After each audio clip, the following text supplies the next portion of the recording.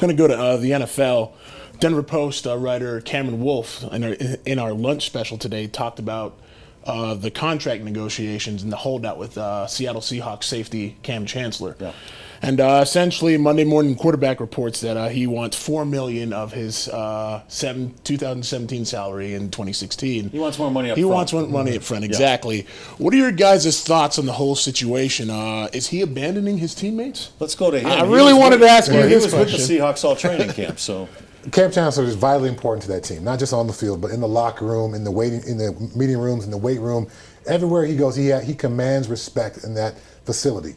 He's perhaps the most respected player from the coach's perspective and from the player's perspective. So he's vitally important to what they do. At the same time, you got 3 years left on your deal.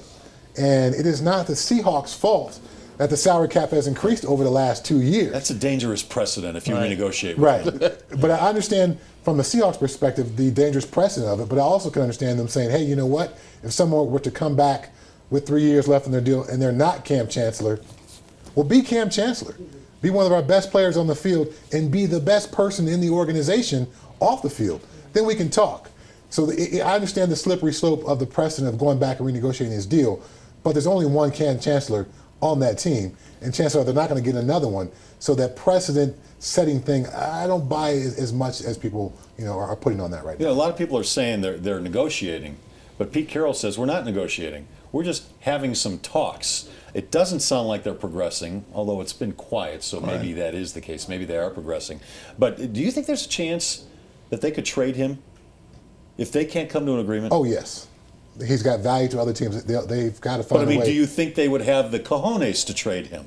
Oh, certainly. Yeah? Oh, okay. yeah. Where do you think he'd end up?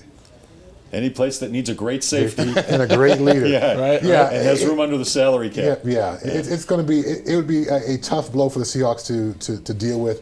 But rather than have this thing drag on all season, I see John Snyder and Pete Carroll saying, you know what, let's just get on with this. Let's move. They let Percy Harvin go last year. Now, Percy he was perhaps the least liked guy in the organization. Bad guy in the so locker room. Not quite the same comparison, but they're not afraid to make tough moves, is what I'm saying.